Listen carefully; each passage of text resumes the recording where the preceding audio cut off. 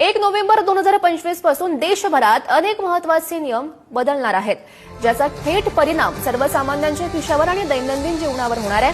आधार कार्डपासून banking, gas cylinder आणि mutual फंडापर्यंत सर्व महत्त्वाच्या क्षेत्रांमध्ये महिन्याच्या पहिल्या तारखेपासूनच बदल लागू केले जातील।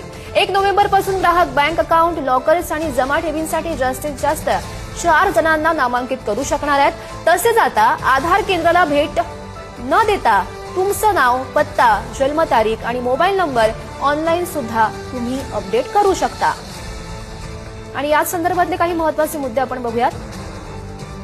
बँक अकाउंट, लॉकर्स, जमा ठेवींसाठी जास्तीत जास्त 4 नामांकन ठेवण्यात येतील।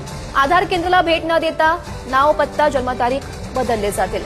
महिन्याच्या पहिल्या तारखेला एलपीजी दरामध्ये सुद्धा बदल होताना बघायला मिळणार आहेत।